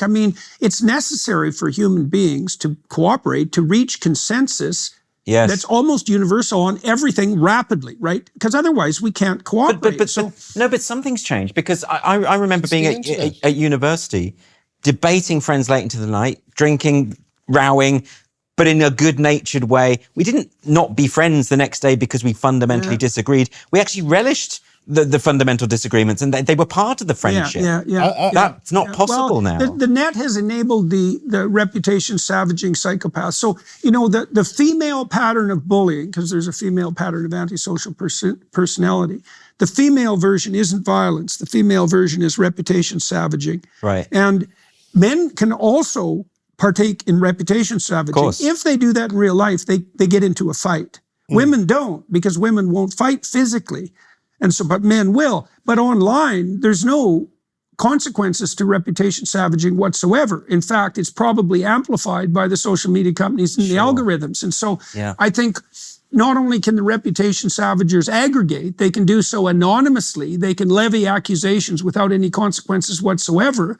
And the consequences of that are rapid and devastating, because it's easy to write someone off. Is it as mobilized as that, though? I don't think it's mobilized. I think it's more something has changed in the air. No, I think it's mobilized too. There are definitely aggregations of activists who are weaponizing the professional colleges, for example. Yeah, sure. No, I think that is happening. But I think for a lot of people, they are being caught in a wave of societal change where this is just now the norm. But can I say... Go on, sorry, Graham. Yeah. I think it's like... it's not just that it's weaponized, it's that the panopticon, or whatever you want to call it, is frictionless. right? There's a very funny Onion thing about arson at a party being disproved by the 60,000 photographs that were taken at it, Yes. And everyone just has a different angle of a cigarette falling to the floor, that was taken in the I've seen foreground. that, Yeah, and it's just because we, without realizing it, have become the apparatus of a police state, but it's all just part of the fabric of our lives. We would not, it's like recently I found out, do you remember Pokemon Go was big for a while? So people were going down the street and they were finding Pokemons. Well, apparently that was a company who wanted to get people to do their GPS work for them. So they got all these, they put Pokemon in places where there wasn't a GPS record of it. And they got all these people to go out and film it for them. That's smart. You know what I mean? So in the story of the Tower of Babel is a very interesting story in this regard, because so what happens in the opening chapters of Genesis is you have an account of the two ways that society collapse. So it's propelled by the sin of Cain, and he becomes vengeful and bitter because his offerings to God are rejected. So he's a bitter and resentful individual who isn't offering his best. And he becomes murderous and his descendants become genocidal. Okay, so that's the individual pathology, the disintegration of the descendants of that pathological individual, and then you have the flood. And so the flood is a descent into utter chaos, right? But then you have the Tower of Babel, and the Tower of Babel is equally catastrophic, but opposite. It's the imposition of the all-seeing eye of Sauron, or the panopticon, right? And it's literally built by engineers, because the people who build the Tower of Babel in the biblical accounts are the descendants of the people who build cities and machines, right? Yeah. So they're aiming at the wrong goal, right? And they build this massive machine that's dedicated to the wrong ideal. And the immediate consequence of that is that words lose their meaning and everyone is at odds with one another. Yes. And we've got this problem, right? We've built this new Tower of Babel, which is this interconnected world, which is biologically revolutionary, right? Yes. What happens when everyone's immediately connected? Well, maybe bad ideas spread 50 times faster than good ideas. We have no idea, right? Maybe the psychopaths are unleashed. Maybe there's an infinite possibility to educate everyone. There's a lot of things on the table, but we have no idea what we're doing. And it's certainly the case that words, in many ways, have lost their meaning. We've talked about exactly that. We can't assume that we're referring to the same thing no matter what we talk about. And so you see in China, of course, they're much farther along the totalitarian road than we are. And maybe we won't go down that road, but 600 million CCTV cameras, right? Which is about 1 for every 2 people. And they can do perfect face recognition. But if you cover your face, they can recognize you with unerring accuracy merely by gait. Every bloody thing you do is tracked. Yeah. And that's certainly a road we could walk down. I mean, you go into an airport now, and before you board a plane, your picture is taken. Now you can opt out for now, and the gates are increasingly automated, which is all well and good and convenient when the goddamn things open, but pretty rough on you if they don't, because then what? We're going to talk, what are you going to do? Talk to the gate? Yeah. Seems unlikely. And so it's easy even to point to the hypothetical political causes of this. It's the progressive left. It's something else. Partly. Yeah. But it's certainly partly the fact that we don't know what the hell we're doing in this interconnected world. It might be that period of time when, we have this revolutionary new technology that we don't know how to handle. We don't know what it will produce. I did read somewhere that at the invention of the printing press, there were similar moments of hysteria. 100 years of it afterwards, wasn't it? In other words, it took a kind of calming down, readjustment process before we understood how to deal with books. Well, it also blew Christendom apart, right? Because you had the massive, what altercations between the Protestants and the Catholics. And you had something that was a direct consequence of the printing press. Something very freeing about that. All of a sudden, you can read God's word in the vernacular, which the church was protecting its power by preventing that. Well, it also meant eventually that the entire world was made literate. It was a major league transformation. So maybe, to be positive, maybe this Tower of Babel at the moment that we're building, maybe this period we're in will have a settling down period in its wake. Well, ultimately, it depends on how we conduct ourselves. If if you guys move to Phoenix and you start your entertainment consortium and you start making comedy that can actually be viewed by people and that's genuinely funny and free, then you're going to tilt the world a little farther away from the all-seeing eye of Sauron and the Tower of Babel and towards something approximating freedom. That tilting. Now we just need to turn that into a logo. Yeah, that's right. If you can think of anything, but that's you can use the Tower of Babel, although the EEC has already managed that. Right. But there's something about tilting the world in that direction. I do love that. It's not new. I mean, it's not. What you're identifying really is the enduring appeal of authoritarianism throughout human history, which will manifest itself in one way or another. And it just so happens that at the moment it's manifesting itself in this way. Yeah. And it seems to me that fast and quicker than ever before. Yeah, that's right. So it's been catalyzed in this strange way. But it feels to me as though the struggle in of itself between liberty and authority is one thing, but the struggle to recognize the threat of authority, of authoritarianism, seems to be another battle you have to have. Yeah, in other words, because the attack doesn't come from the position you expect, not if it's going to be effective. Well, the Labour government don't think that they're authoritarians. They think that they're doing good. When Keir Starmer said in Parliament today that he felt that desecrating a holy book was unacceptable and divisive and awful, he wasn't thinking of the bigger picture in terms of this is a gateway to authoritarianism, blasphemy laws, once you start down that line. In other words, it's the well-intentioned authoritarian, which is particularly what we have to challenge at the moment. Or the one who wants to appear well-intentioned in the moment with no further thought or effort. Yes. Right, those are religious hypocrites fundamentally. So it's the psychopaths who are proceeding along that line. What concerns me more is the fellow travelers who are benevolent and who subscribe to this tyranny out of a sense of this is better for the world. Those are the ones that I find harder to deal with. I have less sympathy for those people, I would say too, because the problem I have with them, and I think Keir Starmer, certainly Justin Trudeau fits into this category, is they want the moral approbation for being good people without doing the work. It's actually really hard to be a good person. You have to work at it all the time and against your, what would you say, alternative inclinations. So I want to tell you another story that's relevant to your venture here in the United States too. So there's a story in the biblical texts, in the story of Abraham, that has to do with the probability that a city will be destroyed for ethical impropriety. And cities are destroyed for ethical impropriety all the time, right? They go to hell in a handbasket, and then all hell breaks loose, and that's the end of that. Yeah. That happens all the time. Sodom. So, this is the story. So angels of God visit Abraham, or God, it's ambivalent in the story, and they tell Abraham that that Sodom and Gomorrah are going to be destroyed in totality. And Abraham says, that's not fair. What if there's good people there? And God or the angels say, I don't think there are. And Abraham says, well, what if I can go to the city and find 50? And God says, you find 50, no problem. And Abraham, who's a stubborn bastard, says, well, what if there's 40? And God says, you're pushing your luck. But okay, 40. And I think Abraham gets him down to 10.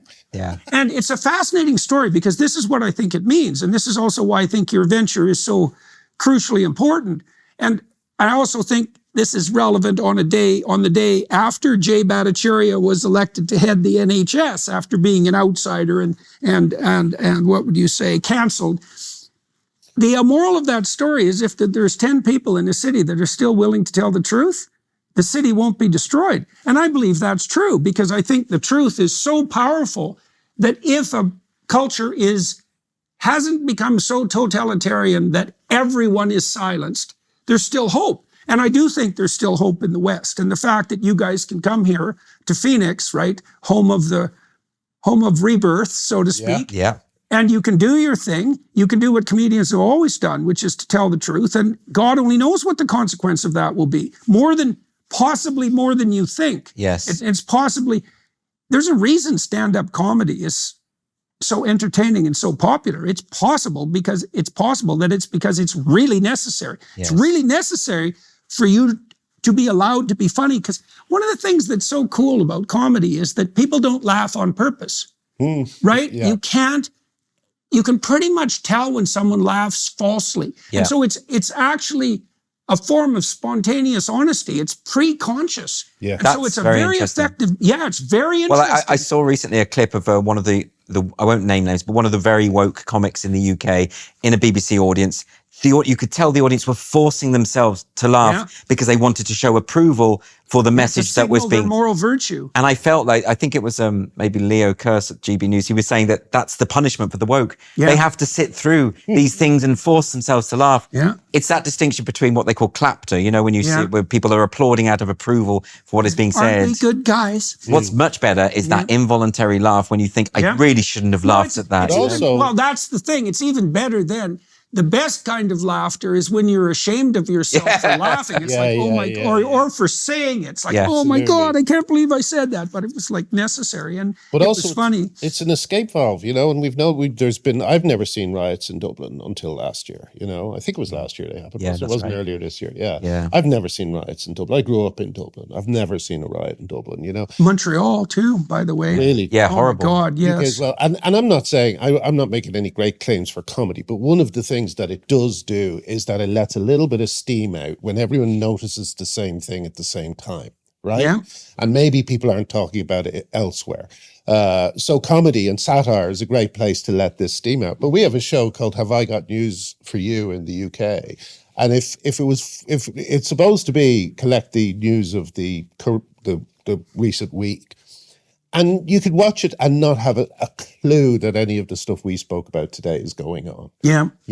Because they deliberately avoid anything that will get them complaints. And as a result, it's like completely toothless as a satirical show.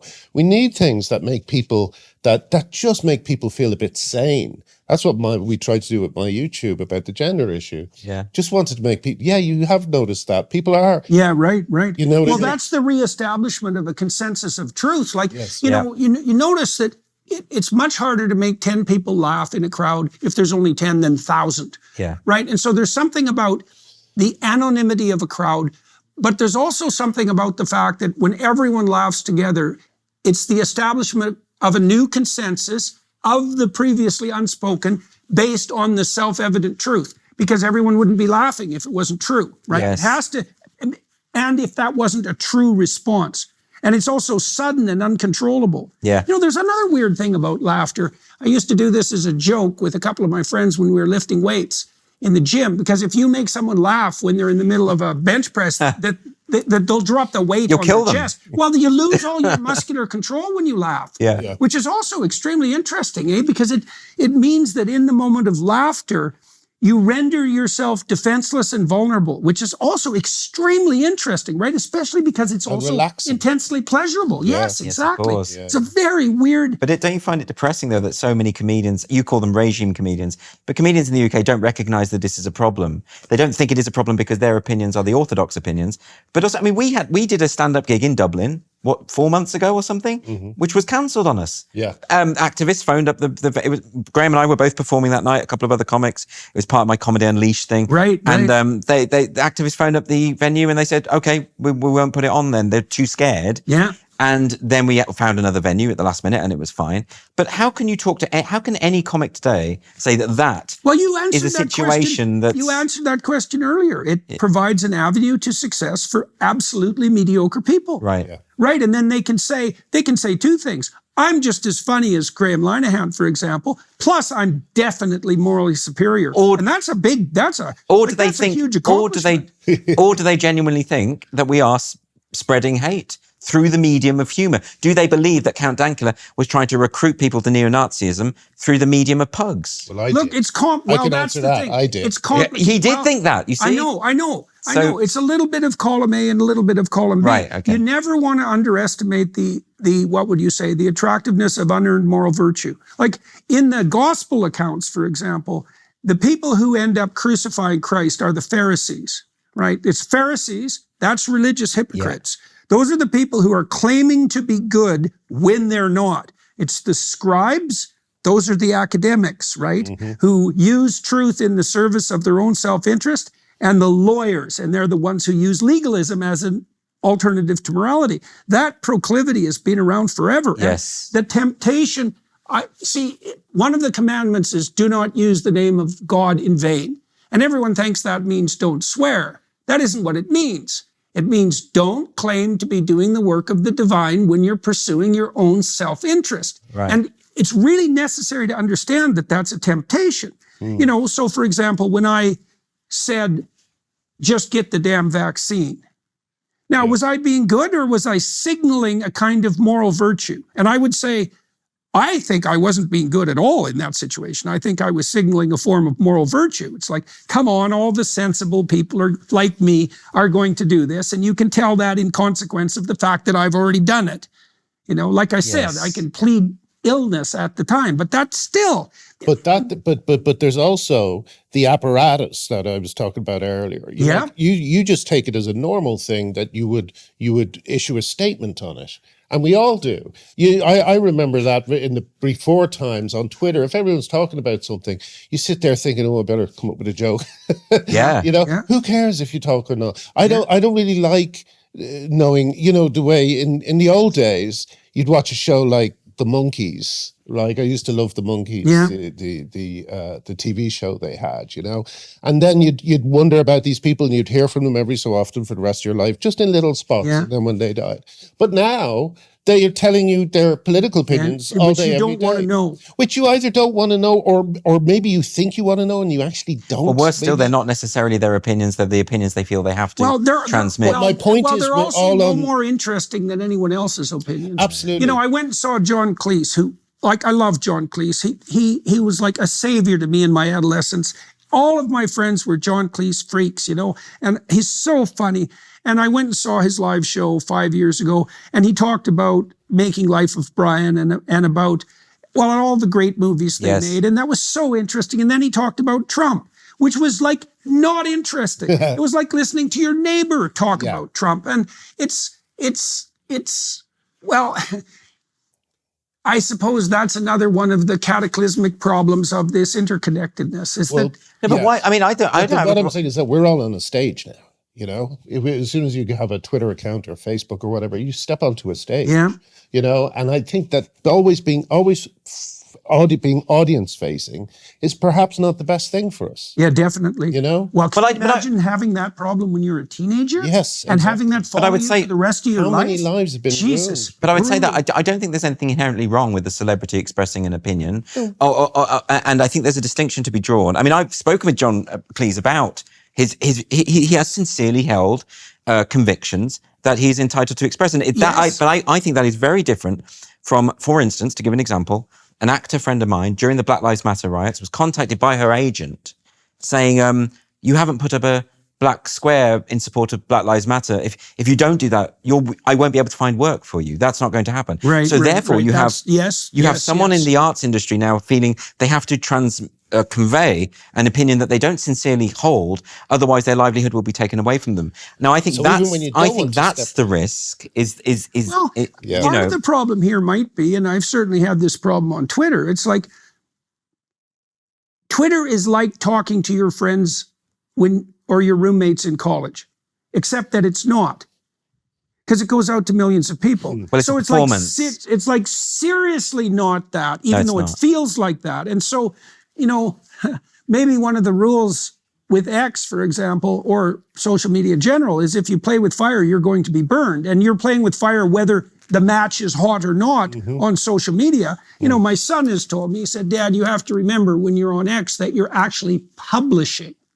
Right, and it's certainly the case that I spend a lot less time on any given tweet than I would on any sentence that's in one of my books. Well, I'm often catching myself in that. If I get into a Twitter spat or an argument, which I do more than I should, sometimes I catch myself and I think, am I trying to be seen to win? Right. More than getting to the truth of the point. Right. And that's the point. And anger will certainly motivate that. And that's when I tend to withdraw from it. If I think I'm messing up now, I'm trying to humiliate this person. It's a power game now. Right, and I don't like that about myself. I'm sure everyone has it. Definitely. But I think being aware of the performative element of social media, it's just not. It's hard to be aware of it though, because you just have to go click and away you go. It's like just not the forum. No lag. It's not the forum for discussion. It just isn't. Something about it rewards extremism. It rewards impulsive behavior. It does. Right. It's set up to incentivize impulsive behavior. And we have no idea. Like, impulsive behavior is a bad medium to long-term strategy. Yeah. And that's the sine qua non of Twitter. And so it just might be a game that degenerates as you play it. I'm kind of confused by Elon's decision to put in the For You tab, which seems like a surefire way to create kind of discord and arguments. I just don't look at that tab. I look at the things that I'm following. I also don't look at it. It's because it's too pathological. It just aggregates bad actors. Well, they're trying to. No one knows what to do with Twitter. So I have to ask you another question because my daughter won't forgive me if I don't. Okay. And there are other reasons too. You taught a course for Peterson Academy. I did. We live in a time when many of us think that human progress is inevitable. When it comes to the arts, this is a kind of wishful thinking. It's the psychological complexity of his characters and his insights into human nature, not the plots. He wasn't interested in plots. Macbeth, Hamlet, Othello, King Lear, Julius Caesar, Antony and Cleopatra, Romeo and Juliet. This is a girl on a balcony, her lover below. Could you change a single syllable and improve it? It's not possible. We can read Shakespeare. I don't care who you are. These are plays about human beings. This is why they've never stopped being relevant. He broadens our sense of what it means to be human. People found it very uncomfortable because it doesn't have poetic justice. His characters, Iago, Cleopatra, Titus, Cordelia, Brutus, they all think differently. I do think that Shakespeare has the capacity to illuminate our modern world. As Solzhenitsyn said, the line between good and evil cuts through the heart of every human being. I like the fact that Shakespeare absolutely doesn't attempt to preach at you. It's incumbent on us to have a familiarity with, the greatest writer who ever lived.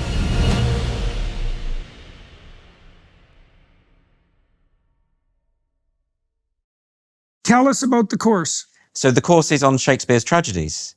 And we filmed it in London. Was it last year? I think, yes. My sense of time is completely gone. And it was excellent. And I'm not saying that just to be a sycophant, but the whole premise I'm so 100% behind, which is that I was told you can teach this course and in whatever way you want. You can focus on the things you want, which I think is the way to get the best out of people who want to teach. Well, we only invite people to participate who we want to hear from. Right. And so this is something I definitely learned in academia. It's like, once you have the right person, leave them the hell alone. And if they're not the right person, then fire them. Right. What's great about it as well, because that's my background. That was my doctoral degree was in Shakespeare. I used to teach Shakespeare at Oxford University part-time while I was completing the doctorate. It's everything, and I've retained the love of Shakespeare, and I continually read him all the time. So it's I tell you what it is. I've been dragged into this culture war stuff by virtue of my creative work, comedy, playwriting, etc. Because you have to address this as a creative. If there's such an obstacle, such an impediment, you have a kind of duty to address it. Yeah. Right, but when political is an obstacle to your creativity, you can't ignore it. But it then becomes an obstacle to other enthusiasms in your life. Right. And for me, Shakespeare... more lasting enthusiasms, hopefully.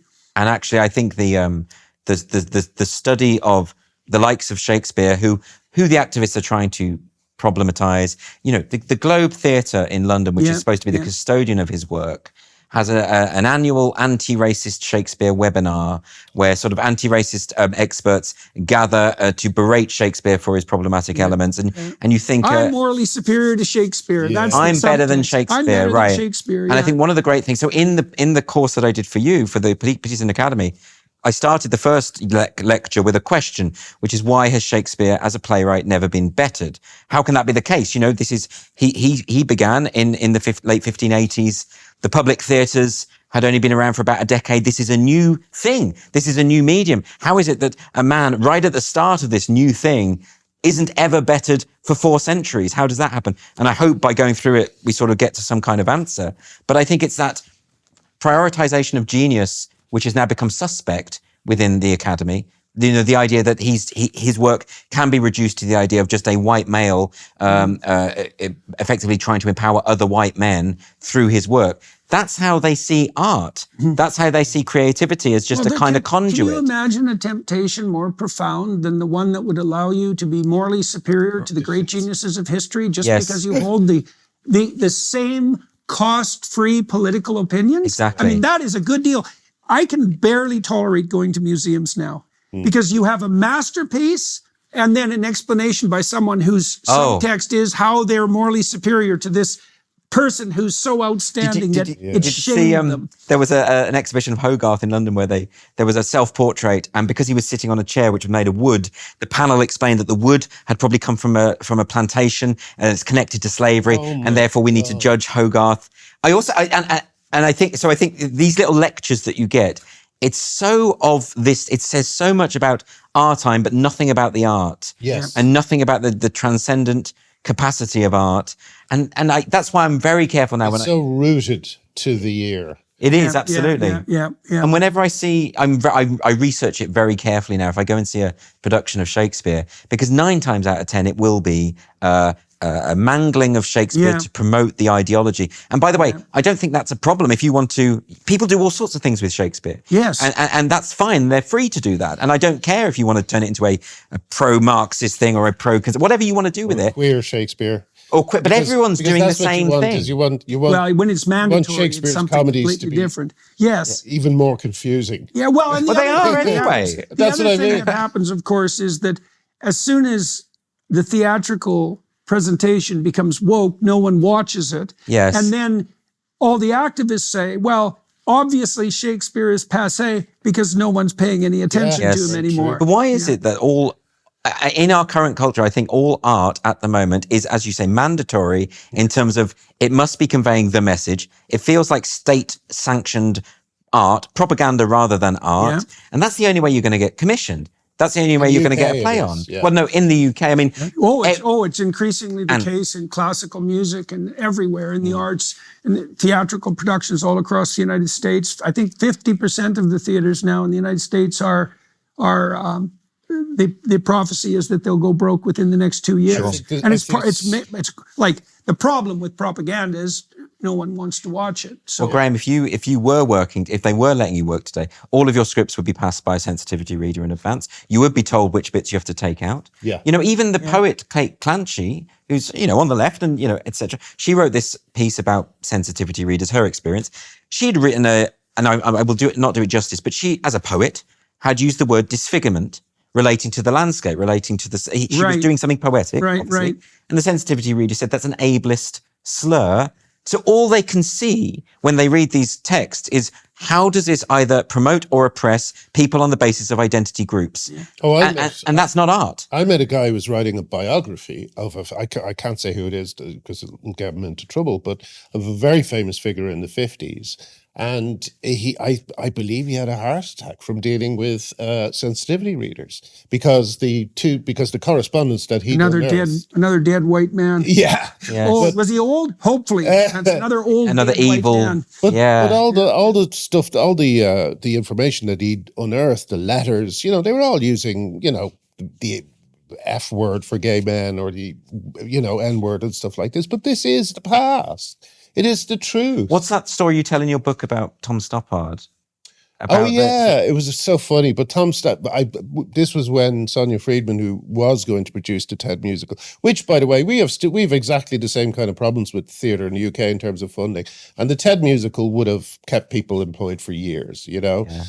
So it's just an outrageous act of censorship that they've destroyed it, But Tom Stoppard I was very flattered because I was following a meeting she had with Tom Stoppard, and she said, he's complaining because he doesn't think there should be black people in the Warsaw Ghetto, and she said, but he's having them whether he likes it or not, And I thought, well, would you have Jewish people in a play about the Bronx, what are the rules here? Is diversity only one way? Is it just visual diversity? You know what I mean?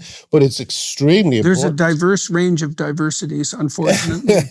Yeah, but you were talking about Monty Python, but Terry Gilliam because the Old Vic Theatre is now run by the people who sell its ice creams, had to take the Stephen Sondheim musical out to Bath to get it on. Because and Cleese also had trouble with part of The Life of Brian, because there's a character in it, I think, is it Chapman? Loretta. Yeah, Loretta, right, which is a very funny part of the movie, which is also a very, very funny movie. But yeah, he decides that he's a man or a woman, right? I think he said that was overblown. That was a headline. Well, not what happened? No. Oh, you know. I've spoken to him about it. Me too, and I know that they had trouble with that when they were bringing the play on stage. It was the actors. They did so John has done a stage version of Life of Brian. Yes. He's written a stage version. And in the reading, I think it was in New York, the actors then said, you have to take out the bit where the man says he wants to be a woman. Really? Right. Wow. Where he wants to be called Loretta and he wants to have babies. And they say, and John's character says, but you can't have babies. And they say, no, but we want to fight for his right to be able to have babies. Yes, exactly. And it's so prescient. It's such a it's brilliant. so perfect.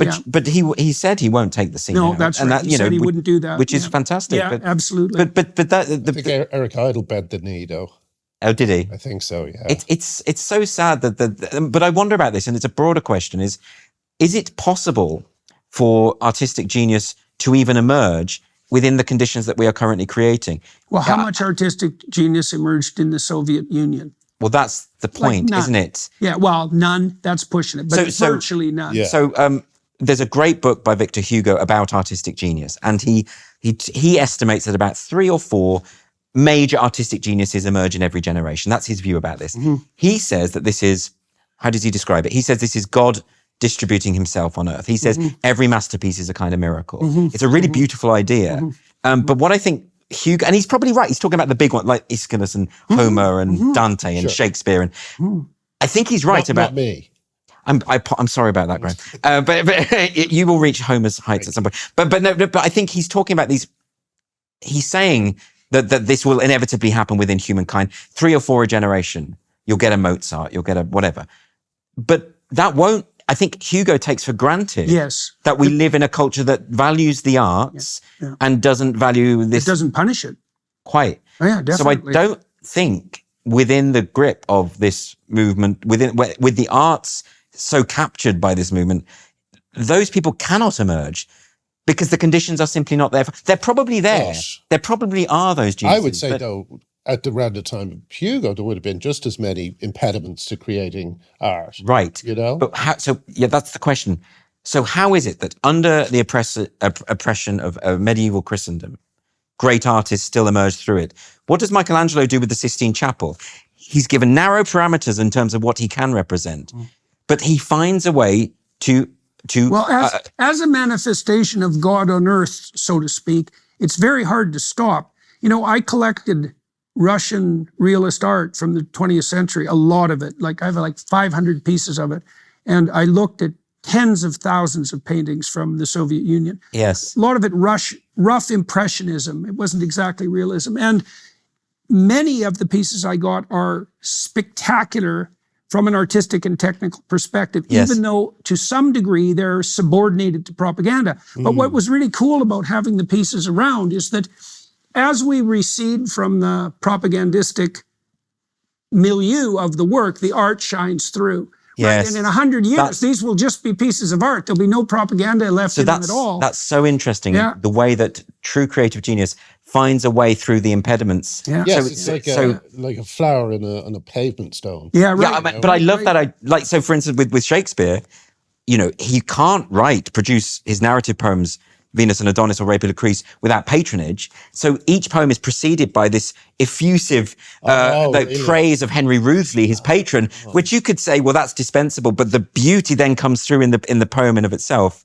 Well, you could argue as well that like cinema is a very interesting one because cinema is such a strange marriage of art and economics, you know? Yes. And it's like, but still we have these classic films that broke through. Well, we should probably stop with this and go over to the wire side. No, I'm very happy about it. I mean, one of the things, and this is very much worth considering, no doubt you gentlemen have already considered it, but you know, the way that you circumvent the propagandists isn't by explicit political statement, you do it by story. Yes.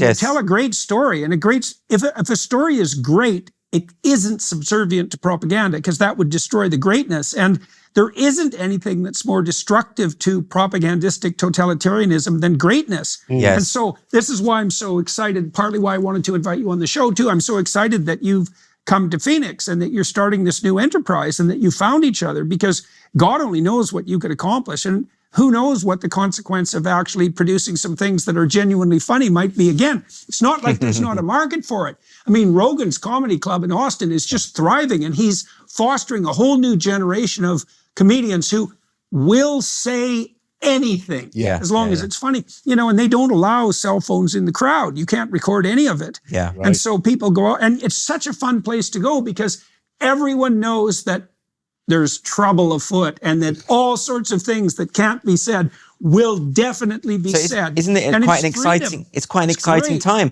All of this oppressive woke stuff actually could produce something amazing. Well, if there's one thing we do as a species, it's overcorrection. Yeah. So I quite like the idea of a comic overcorrection. Yeah. Well, maybe that's what's I think that's happening already, because there's so many things that are happening even within the Trump administration that are comic overcorrections. Right? It's like, really? They appointed him?